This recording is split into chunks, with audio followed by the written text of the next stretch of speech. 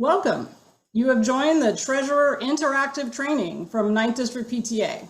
I am Shauna Straw, the 9th District PTA Treasurer for 2021-2023. I've never presented training that had interactive in the title, so I will do my best.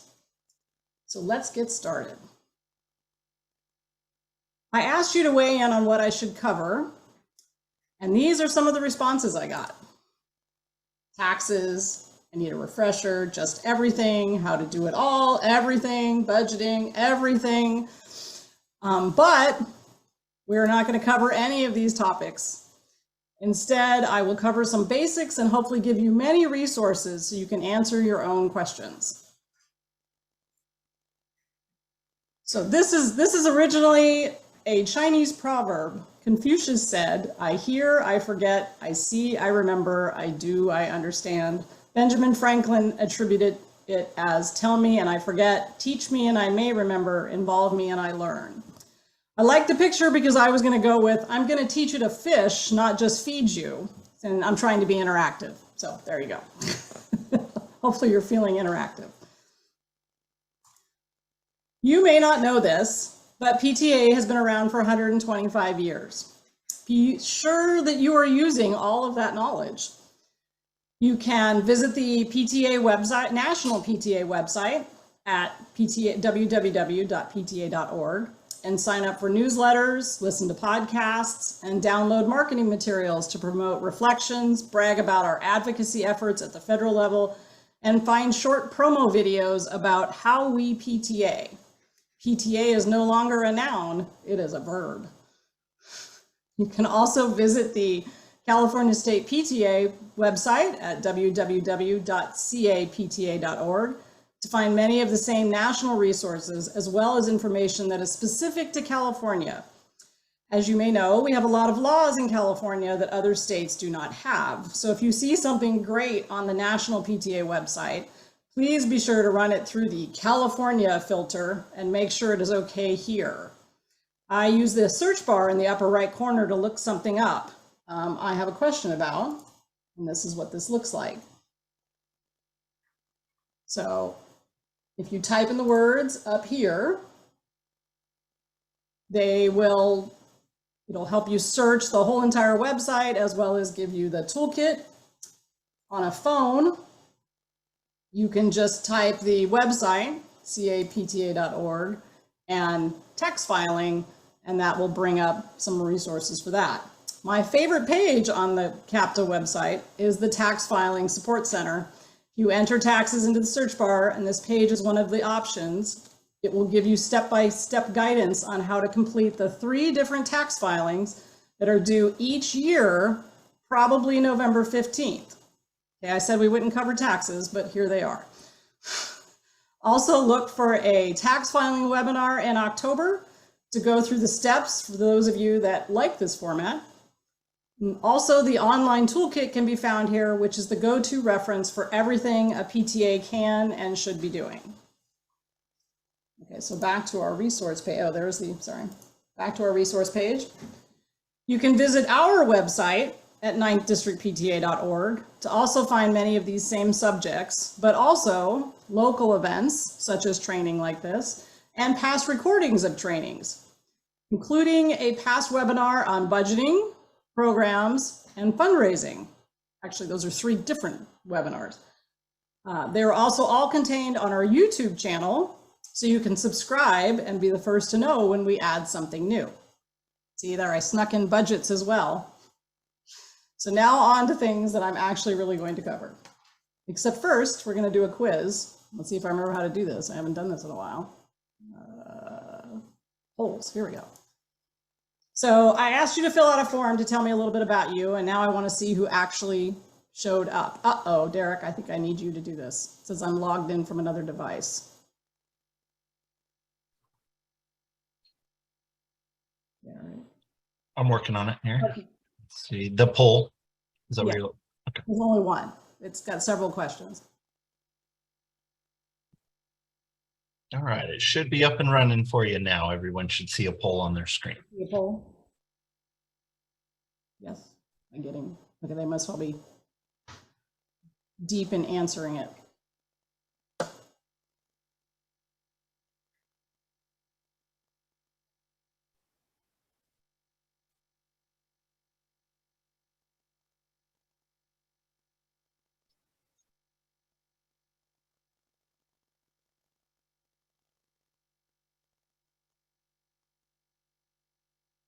I need my Jeopardy music. Okay.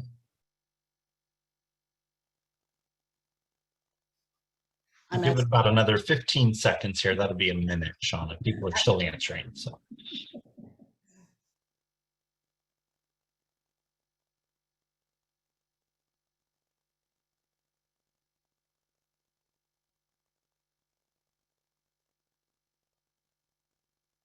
All right, so I'm going to go ahead and end it. If you didn't answer or finish answering, that's okay. We won't tell the rest of your board. It'll be all right. And I need you to share it so I can see it as well. I did.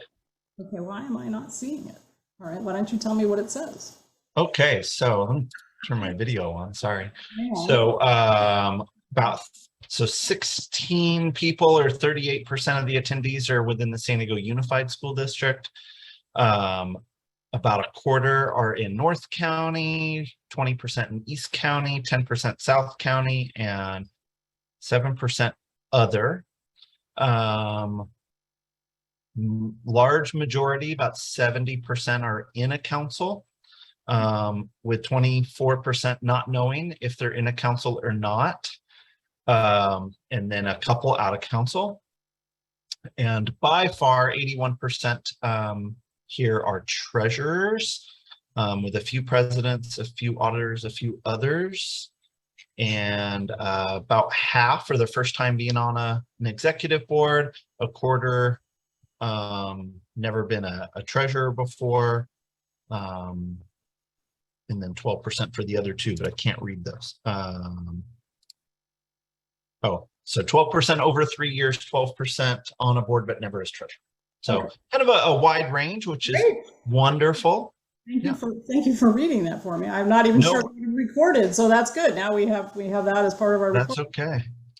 So those of you that don't know if you're in a council or not in a council, that's you can email me later and I'll help you figure that out, because that's an important thing to know. And then those of you that are more than 3 years, hopefully this will not be too new for you, but the resources are the best place to go to get the most current information and guidance on how to do something, no matter how long you've been in PTA. So even if you think you know the answer, it's always a good idea to check to make sure it hasn't changed. Because I do have exciting news that something has changed this year. All right, so let me go back to my slides. All right, so now we're gonna start in on some of the content I actually want to draw your attention to. We're going to start with membership. Per capita refers to the portion of the dues that is collected per member at each unit that does not belong to the unit.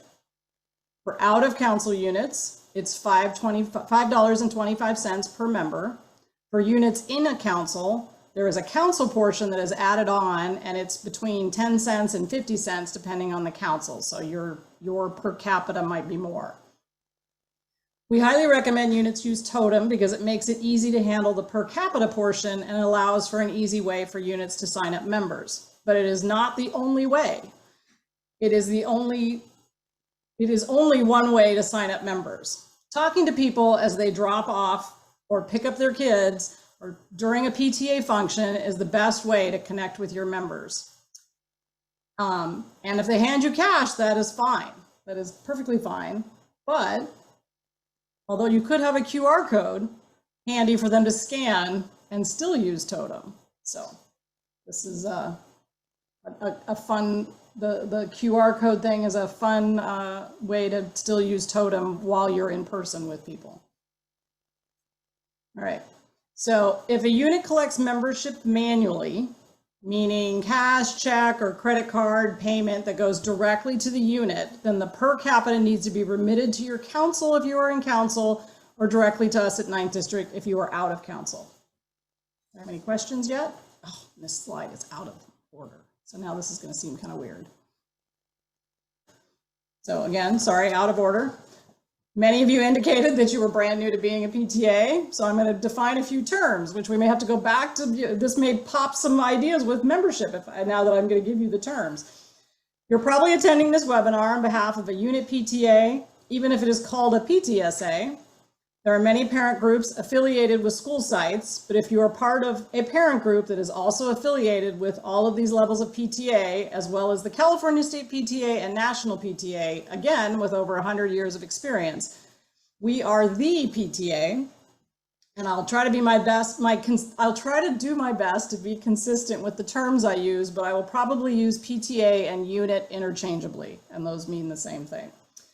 The council is the local organizing point for a group of PTAs, usually a school district boundary, but not always. It could be geographical.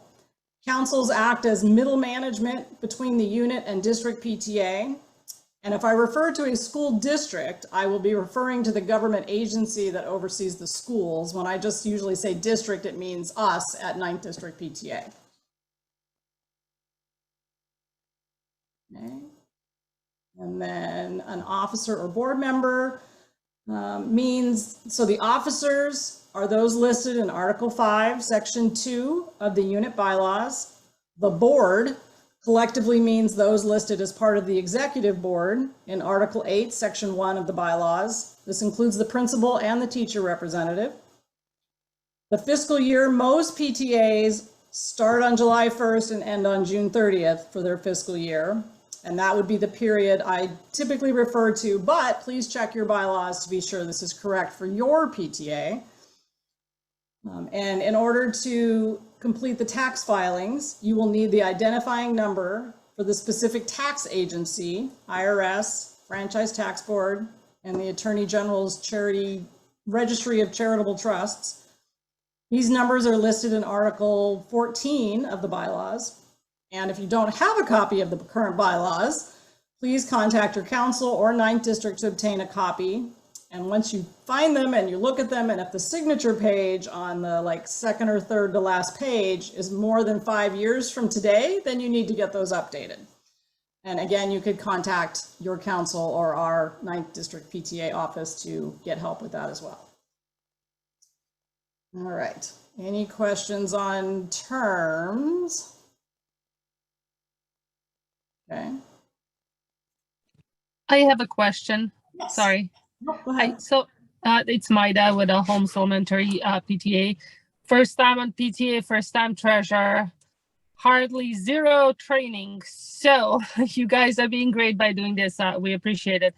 To update the bylaws, because I have noticed there's some information out of date that kind of conflicts with what we have been doing. So who do I contact to update those? Who needs to initiate it?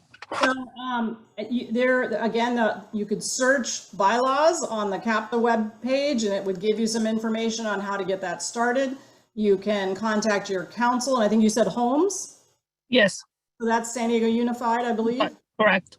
So you have a council there that can help you also with that, or you can contact us at 9th District and we can give you direction. So, and basically you kind of get a committee together that starts reviewing them. And now I'm getting out of treasurer and moving into Sue's realm of commentary and stuff. So I'll give you that part, and that's a whole nother. Perfect. That's all.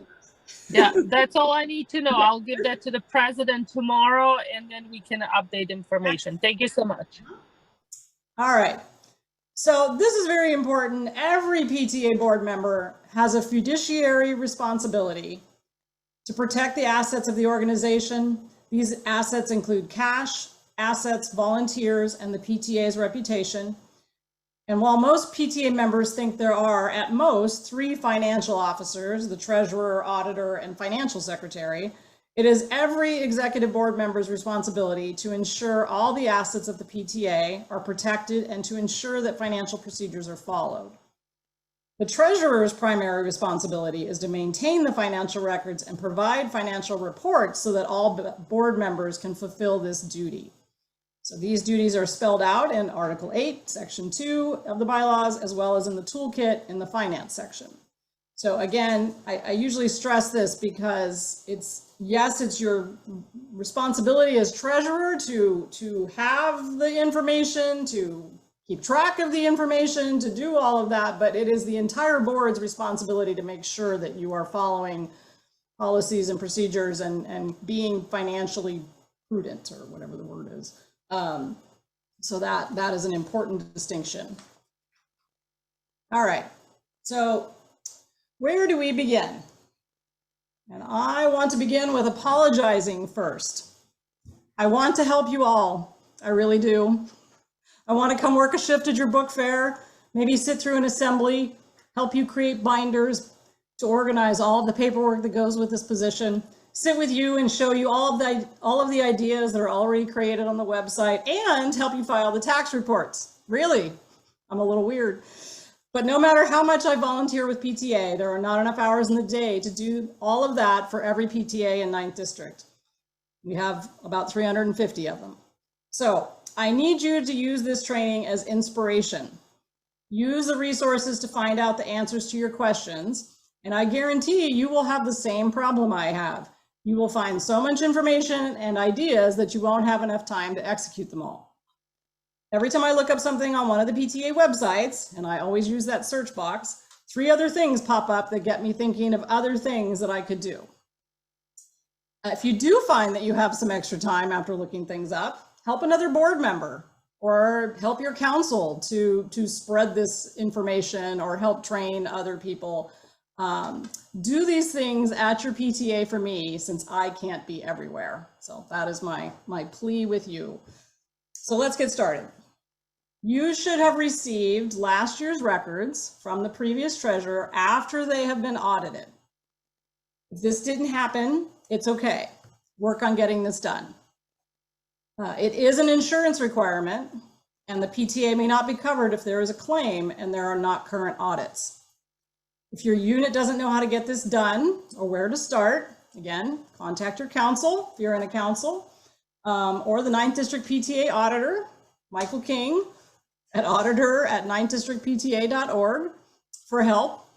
If you don't have last year's records, contact the council or Michael to help you get a beginning balance you can feel confident using, and then your records will be ready to be audited after the mid-year point. Why is this important? Think of it as someone proofreading an essay. No one is perfect, and this is an additional step to confirm that deposits or checks weren't missed, procedures are being followed, and the amount of money listed in the bank register is correct. Pay attention to what records are required for the audit, because after 6 months, you will need to prepare your records for audit. Usually in January, it depends on your fiscal year. All right, moving on. So work with the board to create a budget and then present it to the association. There is a recorded webinar about budgeting and a whole section in the toolkit. At the very least, write down the income and expenses that are planned for the year and make sure the PTA will still have money at the end of the year. Get organized. Use the forms in the toolkit for every deposit and every check that is written.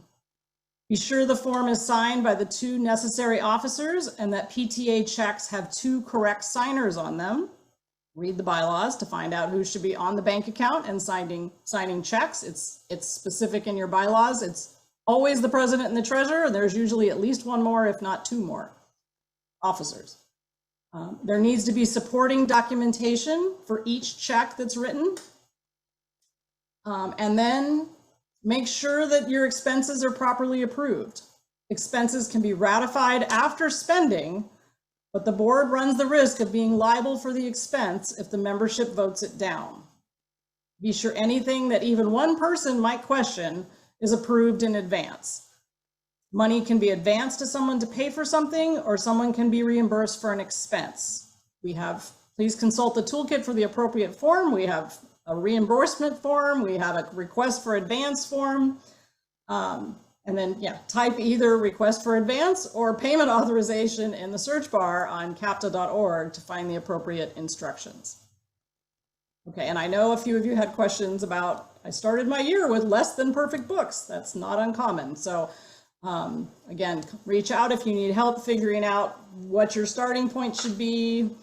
There's tons. If you do find stuff in the toolkit and you don't understand what it means, feel free to reach out then and ask, clarifying questions. I have even more samples than what's online. Any questions after this part? I have a question. Yes. When you say that a check needs a piece of paper, what if you have 3 or 4 checks? Can they all go on that one form, or do we have to do a check individually? No, yeah, if you, I mean, could you give me an example? Usually it's the other way around, but, oh, and Derek's. Well, let's say I'm depositing 3 checks. Am I going to be doing one form for each check? Or No, can I put the so, 3 yeah, checks together? we have the cash verification form and that Yes. has lines to write. So yes, you could have a whole bunch of checks on one, if all of that went into one deposit, Right. yes, that would be one cash verification form. Should I make a copy of each check just for purposes of seeing who the check was from? Schools have done that. I think it depends if you're noting down. I mean, it depends on why you might need to follow up on somebody. So with somebody that wrote Okay. you. I mean, Thank if you. if you're selling gobs of something and you've got 100 checks, that might be a little ridiculous. But Yes. Thank you. I appreciate that. Derek. Yeah, someone did a direct message in the chat to me with a good question that I think others should know. So it was in regards to the audit. And it says, if I have the 1-page audit report, do I still need the books from last year's treasurer? Meaning that the audit was completed and you have the page? That's how I take it, yes. Yes, that's correct. Well, you should still have access to last year's books. They should be filed like at school when they're done. So they shouldn't be, I don't know, thrown out. They shouldn't be locked at somebody's house. They should be in a PTA accessible place. Is that what we're getting at?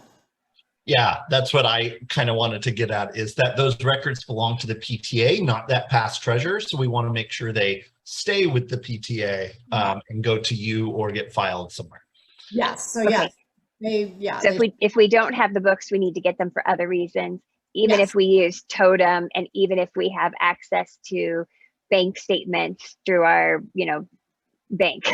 Yes, no, and again, having all that paper is great. I mean, if you are storing bank statements like in the cloud and more than one person has access to it, you don't necessarily have to print every single piece of paper, but it shouldn't, live in Shauna's closet. It should be at school, filed away. There is another fun thing you can research is the record retention schedule in the toolkit, which tells you how long you need to keep those cash verification forms or check authorization forms or the audit paperwork, or it tells you it's different timelines for each type of paper that would be in your records.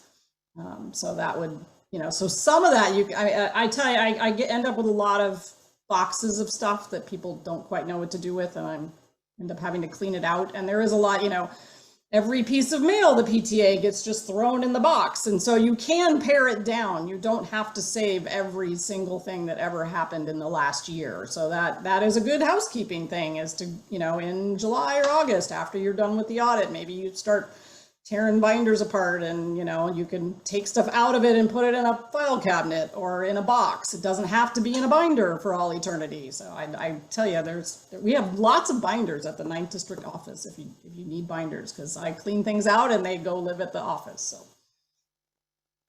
all right, great questions. I don't see any more hands. I had a question, if you can hear me, Sean. Yeah, oh, now I see your hand. Yeah, sorry. My hand is blending into my back. Yes, it is. So, and I apologize if I'm giving anyone side eye. I have multiple screens happening. So, you just answered one of my questions about digital reports. This is my first time as treasurer, and was handed a box of binders, and I'm on other associations and we don't do things that way. So I just didn't know if there was any limitation as far as being able to keep things on a Google Drive where there was secure access and things that would really make it a lot easier, because we had some issues with, the person before me worked on a Mac and I work on a PC. So these reports are not transferable. But it sounds like that's not an issue. Is that right? No, and I do obviously use a lot of technology, but I am a fan of a piece of paper for certain things, because you don't know I doubt Google's ever going out of business, but you never know. And you never know. The piece of paper will be in the office for all eternity. So Right. there's a little bit of both going on. So Right. But if my house catches on fire or I get hit by a bus, somebody else has access to it. yes, exactly. Okay. That- My other question that had to do with that was there are a lot of great forms on the toolkit that I've been finding because I'm just trying to make this as easy for myself as possible with trying to automate and have fillable reports. But I see that a lot of the reports are in PDF form, so they're more of a sample and then they still have to be recreated. Is there a way to get some of those like check ledgers, budgets, or other reports, like the treasurer's report I fully recreated in a Google Drive, yes. just so that it can be a template and filled out? Are there downloadable options? They've made some of them fillable. You can make your own version of them. You don't. Ours is more of like, this is what you should have on this piece of paper. But if you wanted to add your logo or put it into Google, that's fine. I am going to talk a little bit about PTEZ, which will do a lot of these reports for you. So I'll talk about that in a little bit. Okay, sounds great. Thanks so much. I see Danae popped up. So hi, Danae. And maybe Derek left. So that may have been, you guys handed off the baton. And I think, yeah, I'm trying to avoid the chat, Danae, so feel free to interrupt me if something's happening exciting on the chat. Hi, yep, I have it. But I'm encouraging them to raise their hand and interact with me, so. All right. Next one. Uh-oh. Here we go, sorry. Report it out. So again, this is, oh, Heather, is this relating to the last slide? Oh, sorry. No, I just have too many screens happening and I can't figure out how to take it down. Mada, is that how you pronounce it? It's Maida. Sorry about that. So I missed the beginning of the training. You're referring to toolkit. What toolkit are we talking about? Because it seems like it's amazing resource. Thank you. And you know, now that you mentioned it, all I did was refer to it. So the toolkit used to be a giant binder. Everything you needed to know about PTA. That was sort of like, this is where we write down what you need to do for your job, how you go about running a program, and it's all online now. So we still refer to it as if it's this giant book, even though it's now a web page and you can jump around. So again, if you go to that capta.org and just type toolkit up in the search, there's another way to find it, but that again, to me, is the fastest way, is just to go to that search. And so then it would take you to this whole other website that is just the toolkit. So okay, and yeah, that will all be emailed to us, the websites and everything, right? yes. Perfect. Awesome. I'm looking forward to that. All right, so now you've done some stuff, and now we need to share the information you are keeping track of. So again, samples of these reports are in the toolkit. If you use My PTEZ, then it will generate them for you. It needs to include a beginning and ending balance and include all the transactions that occurred during the time period. Even if nothing happens in August, the report still needs to have those dates included. So, and all accounts are included in treasury reports. Again, even if nothing happens, if September 1st through September 30th included 3 deposits and 5 checks in the checking account and no activity in PayPal, PayPal would still be included in the report with the beginning and ending balances the same. So at the end of the year, you should have one piece of paper that starts on July 1st and basically covers every single date until June 30th.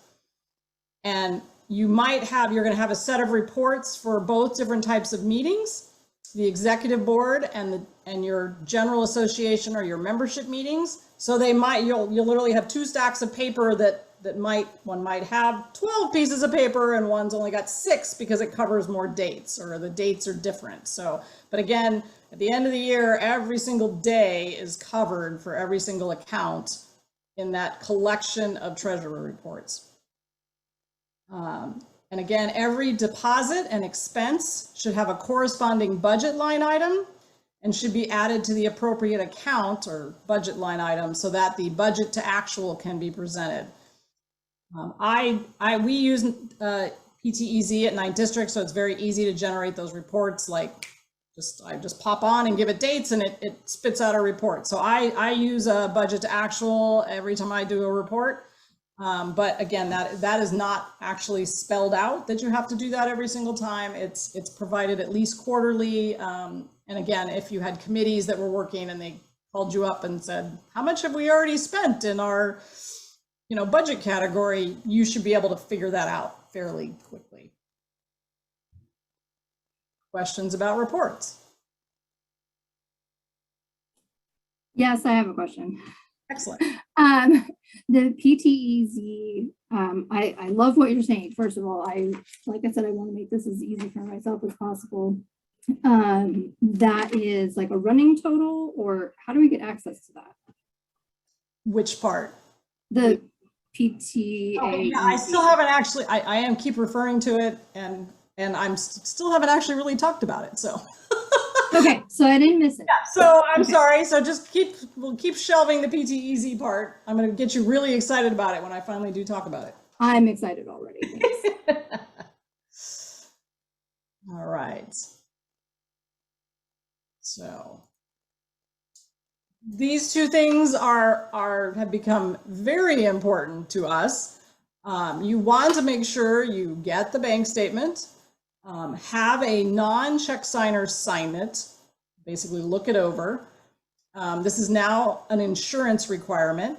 So ideally your statements are sent to the school address. An officer that is not a check signer should open the bank statement, look at it, sign it, and then hand it to the treasurer, who will then quickly reconcile the bank account. If the statements are received online, have a non-check signer review the bank statement and add their, that's what we're doing at 9th District, add their signature electronically to the document so that you could, if you needed to, you could produce the fact that it was signed on October 6th by Danae. Although, yeah, she's not a check signer. Okay, so Amanda, or is it? I just had a quick question because during the pandemic, we had 2 officers in the household and we were doing that. But then once it ended, does it have to be an officer or can it be like a member of the PTA? Because I just take mine to one of the ladies in the office and then they sign it. And then I just like take it from there and they're like, okay, good. Like everything looks kosher. And then I go on my way. So does it have to be an officer to sign it or can it be just a PTA member? It is supposed to be an officer because they should be paying more attention to what's happening on a month-to-month basis to your, I'm not sure the office people would know if there was all kinds of transactions that didn't look right or. Okay. So it's more to make sure there's no funny business going on in the account. That's our 2 check signers live with other board members, but we're not supposed to have them sign it because they're in our household, correct?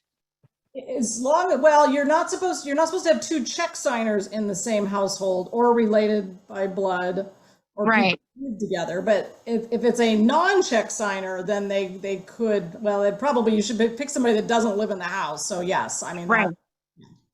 So hopefully you have more than 4 officers, maybe the teacher rep or the principal. We don't have a teacher liaison this year or the principal. Can we use the principal?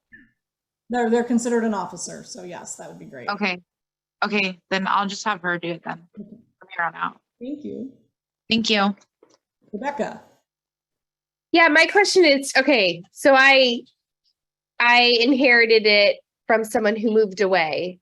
And so I'm really starting from square one. So when the bank account statement comes, I should have like our secretary sign it and then I can use it to reconcile the accounts. Ideally, it's the auditor because they're going to have to do that anyway. And there's actually something called the 5-minute audit, which again, if you search for that on the CAPTA website, it kind of gives you a procedure of what you look for. Because ideally, they compare the bank statement to your treasurer's report, and then it should match. So that's a quick way to kind of be doing an audit like all the time, sort of.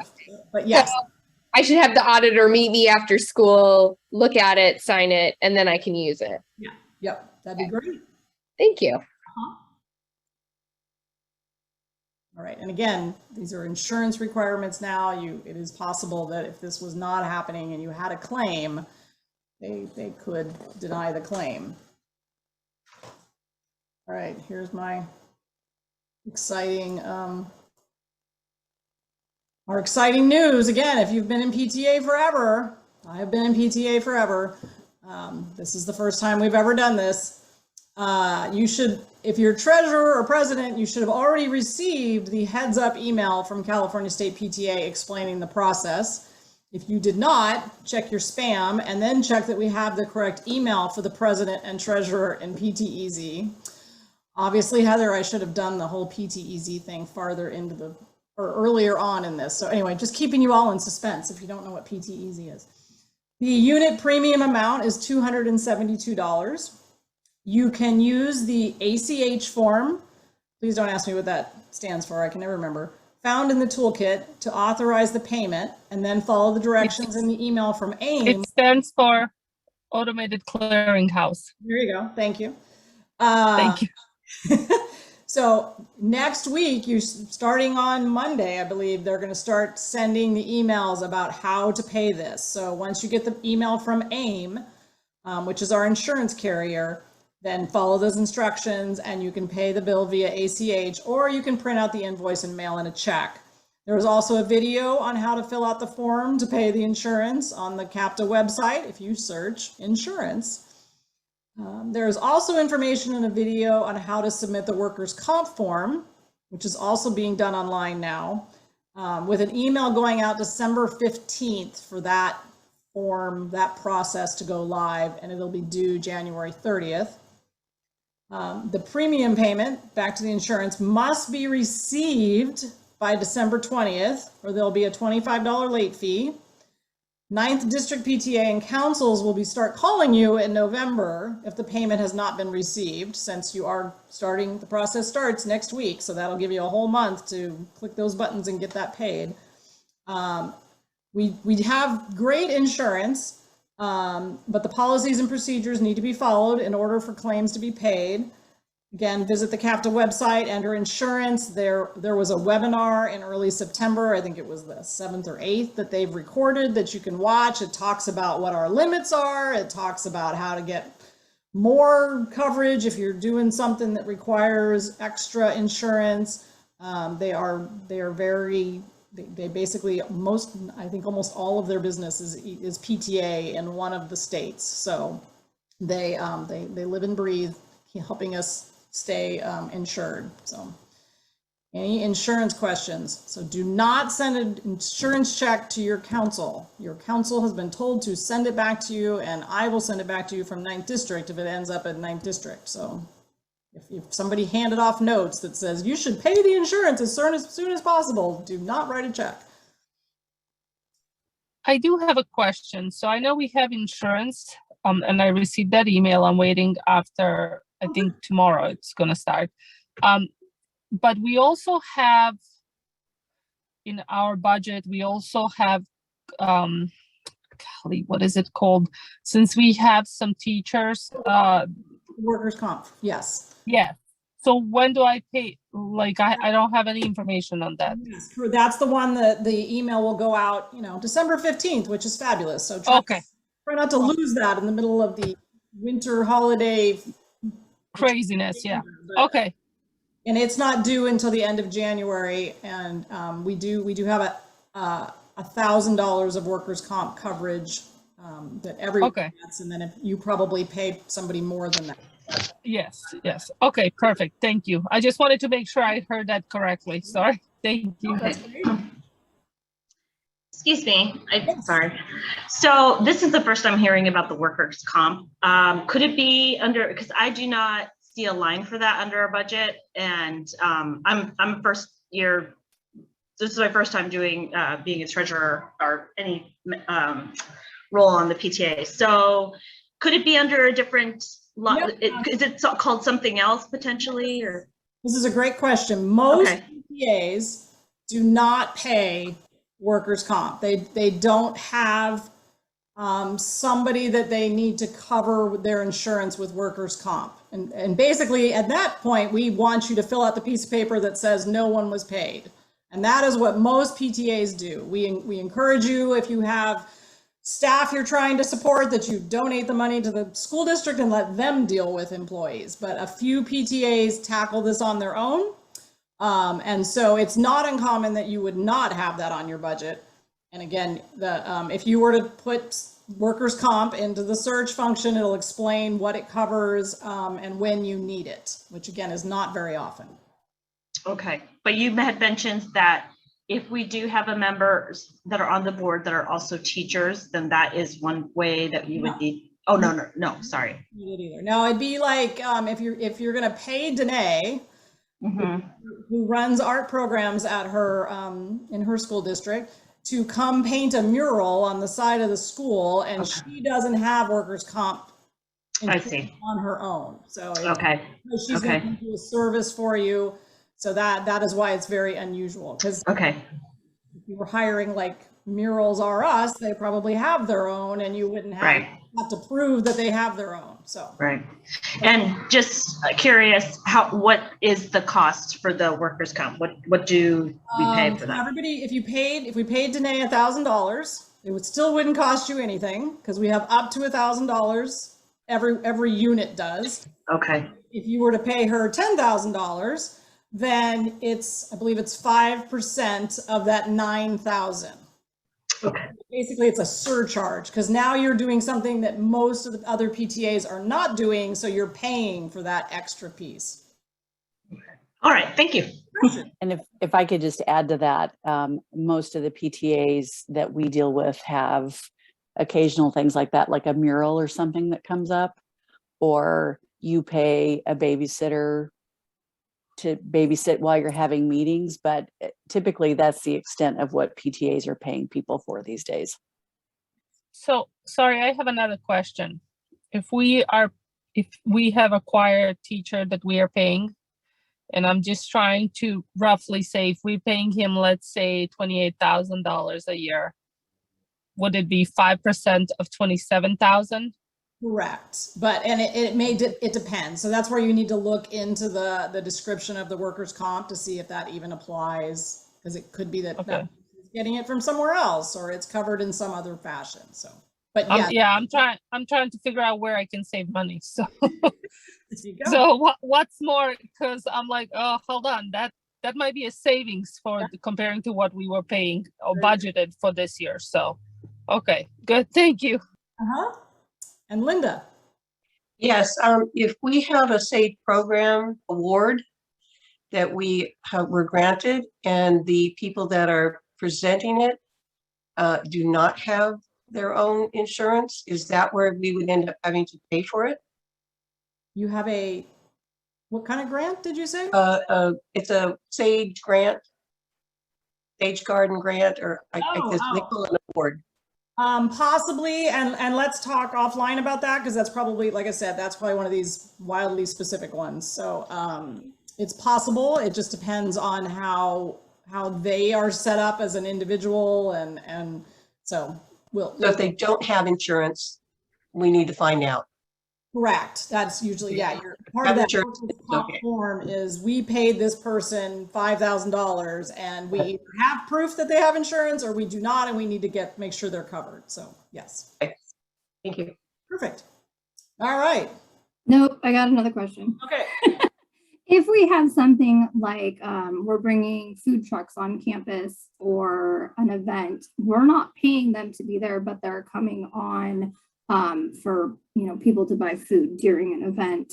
I would assume, of course, that they would have their own workers' comp, but because we're not paying them, are we required to cover them? You should probably just make sure you're having an event and everybody is covered. And that would be a great thing to call the insurance company about and say, this is what we have planned. Are we good? Okay, sounds great. Because they are very helpful with that kind of stuff. All right. All right. And speaking of raising money, oh my gosh, we need to raise money. So the purpose of all PTAs, which is on page 1 of those bylaws I keep talking about, does not include fundraising. Some parent groups do have that as their purpose. Therefore, it is important to plan programs and then decide how much money they take and then figure out where that money is going to come from. A program is something that supports the purposes of the PTA.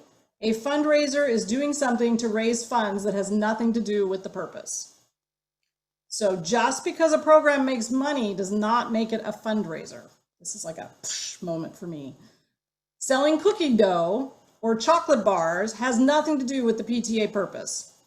Selling popcorn at a movie night that brings families together in the school auditorium is a program. So we do talk about we encourage you to have 3 programs for every 1 fundraiser. That's so that you are focused on your purpose. So that is, if you see that 3-to-1 rule, it's not really a rule, it's more of a guideline, and then this is in order to keep with your nonprofit status. So one of the ways a lot of PTAs like to raise money is with raffles. And fun fact, just calling it something else does not change whether or not it's a raffle. If somebody has to pay to participate, it's a raffle. So if you give away a door prize at a carnival that people had to pay to get into, that is still a raffle, because I couldn't get that ticket without paying something. So it's paying for a chance. Raffles are legal for nonprofits in California, but the PTA does need to register for them, and there are some limitations. For instance, a 50-50 raffle is not legal. Your cost of your prize can only be 10% of the amount of money you take in. And again, there's some workarounds for that. If you get it donated, that's okay. This is one of these links. In fact, Danae can probably pop it up, but this is one of the links that'll be in the handouts to go to the Attorney General's website or our fabulous CAPTA website. Again, type in raffles in the search bar that I love, and it'll take you to how to go about registering. It does cost, I think it still says $20 and it's now $30. So that went up this year. So you'd have to pay to register and have raffles. And then you have to submit the report after the fact to say that you had it. Let me get to the end of this slide, Linda, and then we'll get back to you. School support. This heading encompasses a lot. It could be paying for field trips, buying books for classrooms, helping to fund an art program. You could probably all type one thing in the chat that your PTA pays that supports the school. And feel free to do that, and then Danae can shout out a few of them to me. One of the questions that I received in advance was, how much can our PTA contribute to the school and how much needs to be brought into PTA? And this is one and the same. So the money all comes into your PTA, and then the General Association, all the members of the PTA that show up at your meetings, have the power to decide what to do with those funds, assuming it's legal and part of the purpose. The executive board should make some plans and present them to the General Association to be voted on. Then the executive board executes those plans. There are sample budget categories in the toolkit. Be sure any funds given to the school include a fiduciary agreement, also in the toolkit, that specifies how the money will be spent. There should be a need presented to the PTA or an idea or something that you're planning to do, the discussion on how to make it happen, and a vote to execute, and then proof that it was carried out. All right, Linda, you're up first. Excuse me. On the raffle, if we have an event that we are not selling tickets for, but we are giving a drawing, let's say, for whatever gifts that we have or prizes that we come up with, is that not considered also getting the thing from the Attorney General? No, because you're not trying to make money off of it, right? Correct. It's everybody that attends the event is given a ticket. No, that's fine. As long as they can freely attend, then yes. Yeah, it's open. Yeah, And that is a true opportunity drawing. There was a period in time where people thought if they just changed the name, that made everything okay, and it does not. It's the process of how the prize is given out that is the important determination, not what you call it. So yeah, I would not call it a raffle because that is not. You could call it a drawing or a, whatever, prize giveaway. So yeah, you do I not would call need that a to- raffle, and you do not need to register for that. Okay, Perfect. all right, thank you. Get any ideas in the chat, Danae, about things they can do to support school? Not ideas. We do have a question about how do you track donations, or do you need to track donations like decorations for a fall festival? Actually, this is very good, and I had a note somewhere. I think it fell off.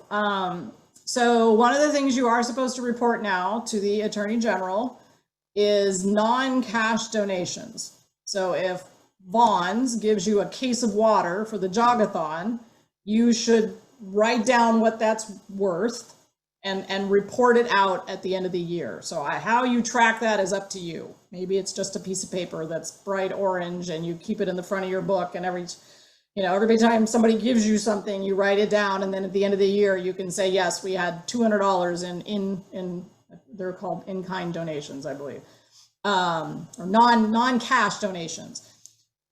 If I join the PTA and I pay my dues and I give you an extra $50, that should be tracked separately as just donations. If you do something specific, like we're trying to raise a bunch of money to buy picnic tables, if you take in money with some sort of string, then you need to spend that money on that item, or you need to offer it back to the giver. So this is why we generally discourage giant fundraising projects that are going to take 3 years, because you got to keep track of that. And then what happens after 3 years, and all those kids have left and their parents. And so again, it's one of these things that people misinterpret us as saying, no, you can't do this. It's more of a, you probably shouldn't do this because it's really hard. So there, that's one of those, if you're really gung-ho, and again, some of that is in the toolkit. Jessica. Hi. So as we're talking about large donations, I mean, we have an example right now. We're having our garden redone for the school, and Home Depot actually has donated a set amount of supplies, and they're going to have volunteers coming to help update the garden. Wow. For some, yeah, I know, very exciting. But for something that large, I mean, what are the rules? Is there something additional? The people you don't have to track, but the whatever the cost of what they're giving you, you should ask them. If it's really going to be complicated, ask them to give you something. Like, what are you giving us, so that we can report it out on this one tax form. If you're, and I'm only speaking to tax filings if your PTA grosses less than 50,000. If it's more than that, you should be paying someone to do your tax filings that knows how to do nonprofit tax filings. Okay, we have that. So in this case, I would ask them as well. What else do I need? Okay. If you're already paying somebody, then use that service. Thank you. Sorry, I just heard that. I'm like, oh no. I'm like, I don't want to put squash on the garden, but No, it's probably just a matter of keeping track of it. perfect. Thank you. Heather, you're back. I'm back. With those in-kind donations, does that fall into, like when we do jogathon and things like that, and we get donations for prizes for the kids, would that value then be tracked somewhere as well? Yes, again, like I said, it depends on how, maybe it's an Excel spreadsheet if it's getting really complicated. If it's 5 items and you just need it on a piece of paper, that'll probably work for a while. But, and again, it is the entire fiscal year. So you need to start keeping track on July 1 and go until. But it's not something that has to be put on the monthly treasurer's report. It's just something at the end of the year. That wouldn't be a bad idea to help you keep track of it. But no, that is not required. Yeah, because I know like we've collected some sort of donations that we can give out at any time during the year to the kids for different events. So. I fully support putting things in the treasurer's report, because then you don't lose it, because then those are supposed to be kept. So. Okay, great. Thank you. And I'm on my last So, slide. sorry, one more question, Shauna. So what's the limit? Is there a limit that, like, we're planning to do the same thing, approach Home Depot for some donations for our garden. So is there a limit below certain dollar amount that has to be reported, or anything that has to be reported? Anything. I mean, I don't come after you if it was $10 and you forgot to report it, but yeah, it is supposed to be. And you don't know if $10 in September is going to turn into 500 in May. Okay. And then one more question, since I just did our taxes. Now we do our taxes all the time. I first time ever doing taxes for nonprofit.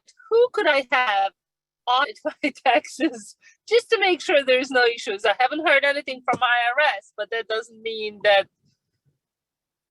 Did you do the long form or did you do the postcard stuff? 990, because we gross a little bit more, so 990, the long form. Yeah, unfortunately, that's usually where we encourage you to pay somebody to look it over. So okay, fine. Okay. So my next door neighbor is an accountant, so she has offered. So we'll have her check it out.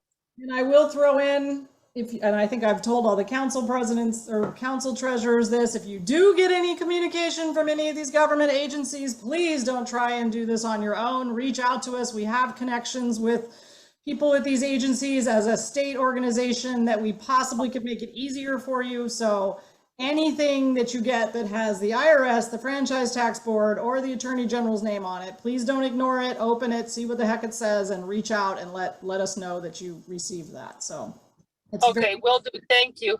And that's for everybody, not just you. So, all right. So this is my final, the specific questions that I got. I'm going to hit some of these. We're gonna, and then so feel free to keep asking me questions. Okay. Can we use the ACH for other payments? Yes, we can.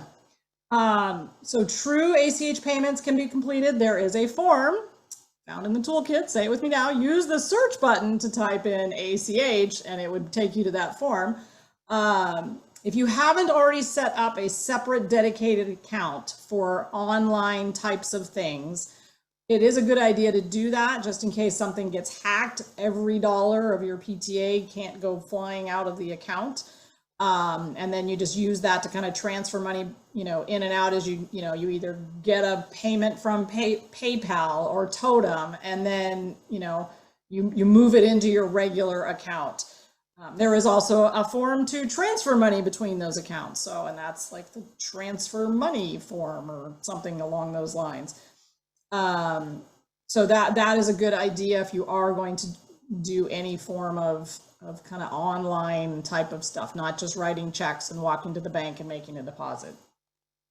So what about Venmo? I still continually get this question. I just got one this week about, can't we do, Venmo's talking about businesses now. They are, but they don't want to deal with nonprofits because there is certain receipt requirements that they have to do. And so if you actually read the stuff in Venmo, it'll say we don't work with nonprofits.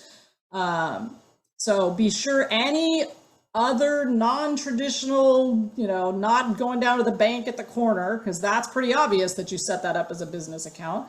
But anything else, be sure you're setting it up and that it's using the PTA EIN number. So my scary story for you for the evening is that we had a volunteer at a unit with a few years ago with good intentions who set up, and I don't even remember which payment thing it was, but set up some payment thing. It was really easy to just click, click, click and use her social security number. And then 2 years later, she got a very large bill from the IRS because the taxes were owed on the income that went into this PTA. And she never finished the process of switching it to a business account. So they are now working with this volunteer, the vendor, and the IRS to fix this, which is no fun. So, if it's too easy to set up, that's probably a red flag. You probably shouldn't go down that route. And I'll go ahead. Is it Jerlyn? Jerlyn? Hi, yes, Jerlyn. So we can use Square for like credit debit cards. Okay. As long as you set, again, make sure it's set up as a business and make sure you ask, this is a nonprofit business account, right? So, Okay, thank you. and then again, it's a good idea to have this separate account that those funds go into. So that way, you know, I use the example that when you do this ACH stuff, or you link Totem or Stripe or whatever to your bank account, it opens a door, right? And that's like a two-way door. Even though you think you're all in charge of it, it does kind of open it up to the outside world. So that's why it's a good idea to have that be a separate account. Can I add something to that? Yes. We also had a unit who had set up a PayPal account with someone's individual information, and then that person moved away, and then they found out through the state that they had about $5,000 sitting in an old PayPal account that was really PTA money, and now we're in the process of trying to get it back to the PTA. So if you have any accounts like that, PayPal or Stripe or any of those, you need to keep the contacts and the officers updated on those, just like you do for your checking account, and make sure that someone who's a current officer is listed as a contact. That's all I was saying. Thank you. Yes, if you're all of those accounts are treated just like the bank at the corner. They all need to be. When you change signers, you should be changing the signers on anything that money is moving through. Thank you. Very good point. And Heidi, is it on these first two things? Because I know Heather's waiting for me to get to PTEZ. My question was on the ACH setting up another account. We only have one account for everything. So is that something that just the president and I can do, or does it have to be like the board has to approve it kind of thing?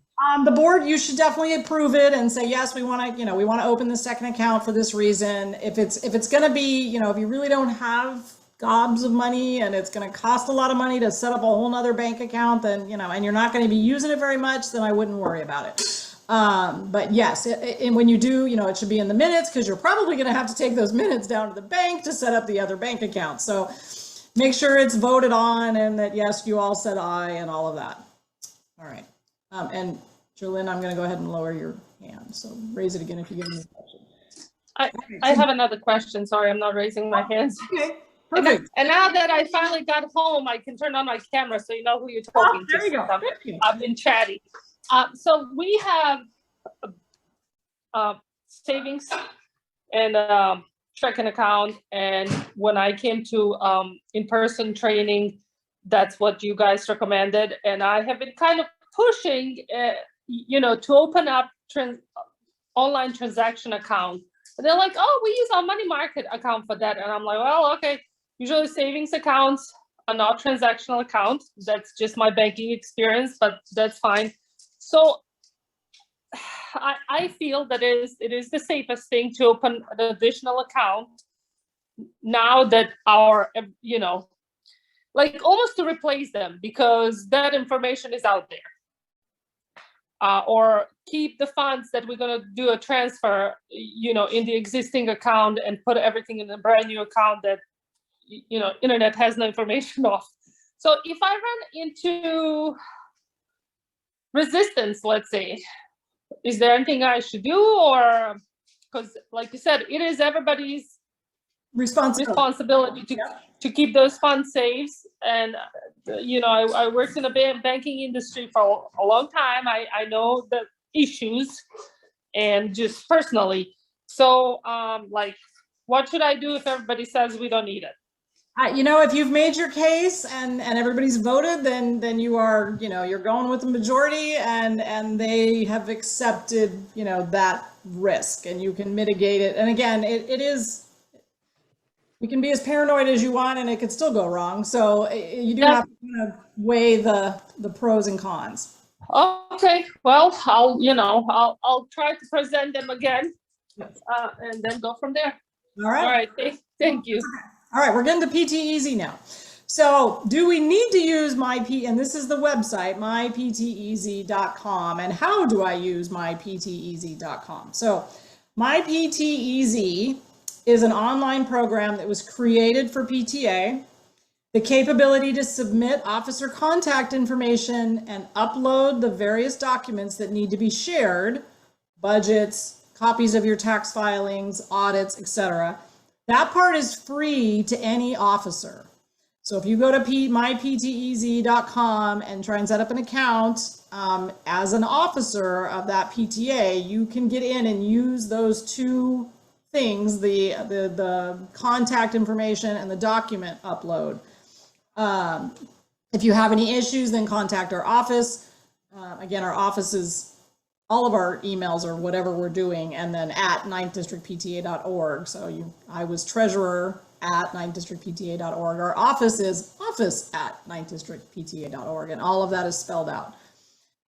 Units that want to utilize the bookkeeping or the store capabilities must pay. It's an annual amount. It's between $100 and $200 a year, depending on how much you're going to use. If you're going to use the store, or if your PTA takes in all kinds of money, then that varies. But the bottom of it is it's actually $99. That's the lowest. It's not a perfect system. It can be frustrating, but it does generate those PTA reports very easily. There are lots of help videos, and they answer the support questions pretty quickly. A few of you had questions about seeing how you edit things in PTEZ. That's literally like a whole nother training. So if you don't have success on the website figuring out how to do that from the videos or the help pages or a support ticket, then go ahead and contact me and I can see if I can help you out. The best part about it is that it is cloud-based. So if an officer disappears and doesn't hand off the financial information, we can get you into the system and the information will still be available. So that's probably that, and the fact that it goes poof and it makes these PTA reports that look like what they are in the toolkit is probably its two strongest points. Again, it doesn't autofill a lot. It can be a little clunky when you're trying to remember what you called the budget category for the arts night. That kind of stuff is not great, but as a whole, it's not terrible. So I also had a question about the volunteer hours. So the historian has the job of tracking volunteer hours. It should not be a huge task, and there are suggestions on how to collect the hours and how to report them. You guessed it, in the toolkit. There's actually a great blog post from May of this year on the CAPTA website. So if you were to type in historian, it was actually called How to Incorporate Your Historian's Work into Your PTA All Year. And it had a lot of, and the historian could be more of, taking pictures of events and tracking that, not just your volunteer hours. We do track volunteer hours because that is part of proving you're a nonprofit. 99% of us do not, probably even more than 99%. We don't have employees, so everything we do is done by volunteer hours. So that it's just a way of tracking that if we needed to prove that because nonprofits are supposed to have a certain percentage of volunteer work done for them. If they only had paid staff, they would actually fail at the nonprofit part. All right, and then I had a lot of questions about due dates. So if you're in a council, you should check with your council first. But know that if you see a CAPTA deadline in an email, add at least a month to it. So back it up a month. So the January 30th, although that you're going to do online, so that's probably not a good example. Reflections would be an example. But they're going to have a reflections date on the CAPTA website, and you'd have to back that up at least a month, if not 2 months, for reflections. Terrible example. If you're in a council. And then if you see a date from us, from 9th District, add at least 2 weeks to it. And that's because whatever you're doing has to go through channels and work from you to the council to 9th District and then up to state. If you're out of council, you can add 2 weeks to CAPTA and just follow our 9th District deadline because you don't have that council to go through. And what are the deadlines? And I know we have some on our calendar on the 9th District website. Roster information is usually the first thing we ask for, which was due back on May 1st. If you're here, then you obviously are getting emails from us and you're in our contact system. So you're probably fine with the roster part. Membership is due to 9th district. So again, if you're in council, add at least 2 weeks to that. So early October. So October 15th for any of the awards that state is giving out, or that we're giving out. I don't think we're doing any, but state definitely has a whole bunch of membership awards. And then November 15th for the absolute, like, you have to send us some members. We need at least 15 members by November 15th at 9th district. And again, if you're using Totem, that happens instantaneously, and then you don't have to worry about that. But if you're collecting that actual money from your members, then that needs to be forwarded to us. And again, if you make a habit of like monthly turning in per capita membership and double checking that you've got it all sent in, you'd be fine. We talked about the insurance deadlines. We would like you to share the audit forms, the budget, the annual financial report, and the historian's report when you complete them, which should be at the correct time of year. So you had an audit done at the end of last year. It should have been done by the end of August. That report would be due to council or out of, to us at 9th district now, because it should be done.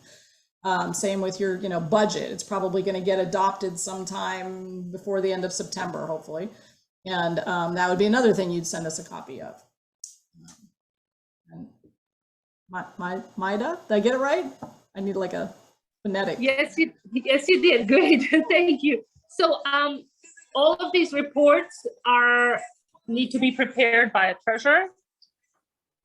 Yeah. Like I have the audit, or should the auditor send the audit? The audit, again, this is one of those things like everybody should know what these deadlines are. So yes, ideally your auditor is sending on the copy of the audit. You as the treasurer would have the budget. Your historian would send on the historian report, which actually isn't due until April or May. So that would be that.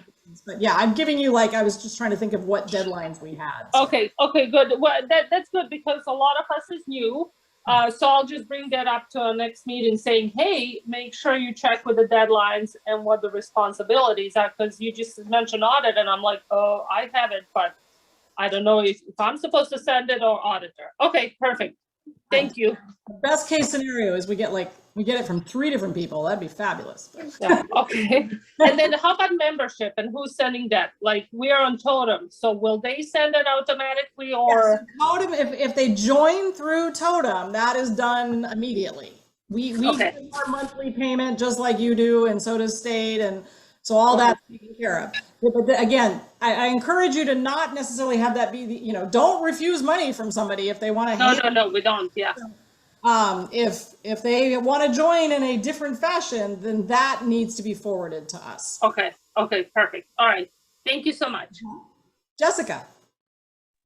Hi, sorry. So for the audit, just because we obviously have a new auditor this year compared to last year, the audit that is due to you, I think in 2 days, that will be for last school year, correct? Correct. So that would have been prepared by your predecessor? Well, the audit's one of those weird, because it's kind of like the treasurer doing the tax filings. Technically, your term is done, on June 30th, but you're the one that did that year, so you should make sure those tax filings get done, even if it's not until September. The auditor should be doing the previous 6 months. So again, this is all assuming your fiscal year is July 1 to June 30th. So that would be January 1st to June 30th. That was the previous 6 months. So that auditor would be doing that in August or July, even though they're technically out of office. So it could, because the idea being they hopefully went to meetings and they know what your events were, so they'd be familiar with what they're looking at. So it makes it easier to audit. But, if you get to August and then you start, whoever was willing to do the audit is who we want to do the audit, as long as they were not a check signer last year. So okay. The whole end of term thing's kind of fuzzy. Okay, so is there then 2 audits due to you? So ideally, but if one wasn't done, then you plow through and you do the whole entire year and you get caught up. And again, if you do it in 6 months increments, it's much easier for your auditor. They're not Okay. overwhelmed with, and if you're forgetting to write down the totem deposit, if you forgot the withdrawal for the checks or what, that mistake doesn't carry on for months and months and months. Hopefully you've caught mistakes at the 6-month period. So that's the other reason for that. So then, and sorry, last question is if, because we unfortunately had a few members that pulled kids out of school, went to private school, and then switched members around. So we have a very brand new auditor. If we do not meet the standing deadline, is there any issues? Is there something where we should just reach out and ask for additional time in order for her to get familiar or comfortable and kind of be able to prep everything? Yeah, that is one of those things that, how do I say this without making it, we really want you to get it done, period. So there's no like, it's the bomb's gonna go off because you missed the deadline. We just want to get it done. So do what you can. There's also a webinar on doing the audit. In fact, I'm still trying to beat Michael's attendance at that thing. It makes me angry. He had like 95 people at that. Who knew that there was that many people that wanted to watch auditors? I'm very excited. I think we were at like 50, so this is great. So yeah, you could have her watch that. It's on our YouTube channel. That would help walk you through what the auditor is supposed to be doing. And then yeah, just as soon as you can get it done would be great. Okay, thank you. Heidi, you're back. Yes, real quick. So these reports, can we email them or is it supposed to be a paper copy? You could email it. Ideally, you can put it up into PTEZ and upload it there and then let someone know that you did that. Because unfortunately, we don't really get like a ping that it got put in there. There is a way to run a report, but it's a little clunky. So if you did both, if you put it in there and you emailed it, and that'd be great. But no, it does not. Unless a piece of paper is easier for you, it does not have to be a piece of paper. Great, thank you. And Heather. Yes. So on what Heidi just said, if we're going to email, who do we email it to? Well, ideally it'd be your council. So San Diego Unified, and I believe they have an info at San Diego Unified. They do have a website as well. Not all the councils do. So, you know, again, if you are not aware of who your council is or how to get in touch with your council, please reach out to me and I will make sure you find those people, because that's again, I need those people to help me do this because I can't do this all by myself. So yeah. And then my other question was, do we need to have, like, is that a position that needs to be filled as having an official auditor, or like, to my knowledge, it's kind of on the treasurer to do all these financial things. And you know, this is my first year as treasurer, so I did do our audit. The old treasurer put it together. She gave it to me to go through. I do understand that we need to have the rest of our executive team go through and review it and sign off as well. But our meeting is on Monday and this is due like tomorrow. Yeah. But is that a position that needs to be like an official position? Do we need to have a treasurer and an auditor?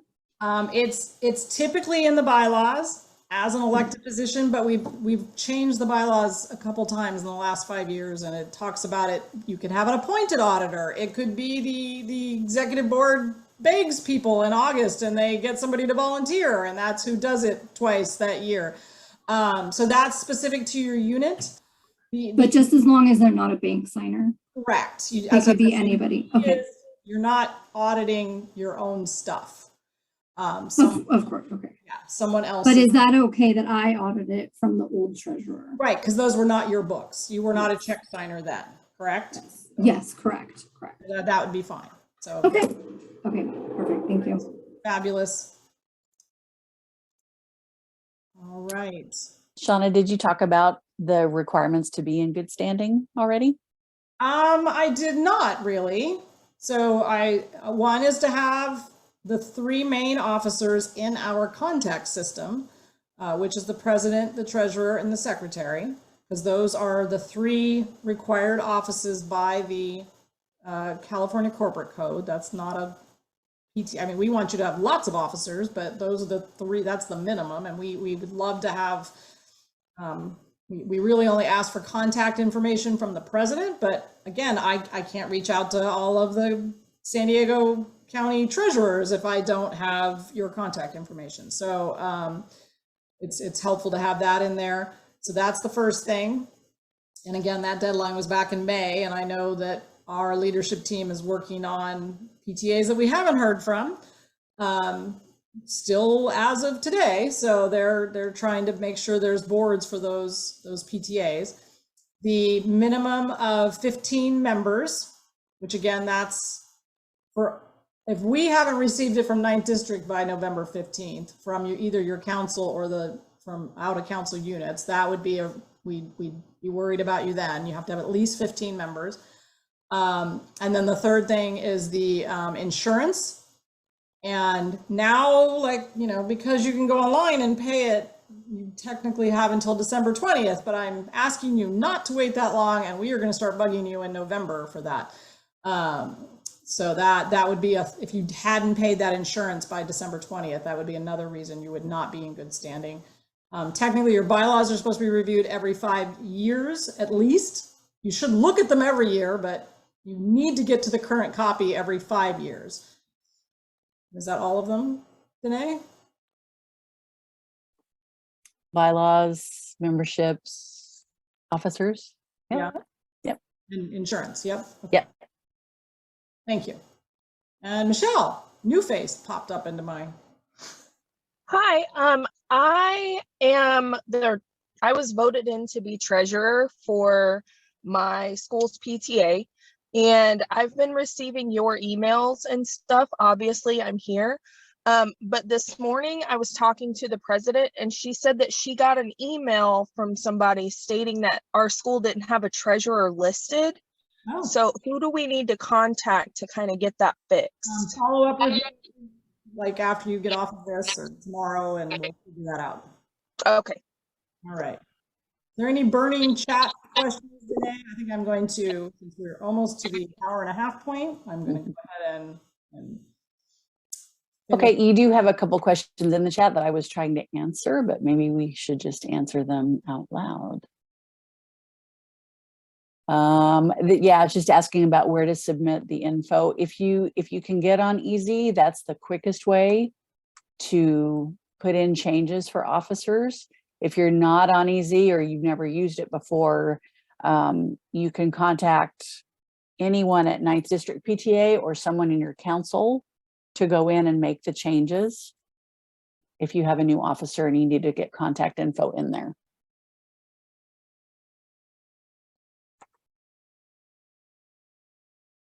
That was all related to that. All right. So that concludes this training. Please look for the link to these slides and notes in the description of this video.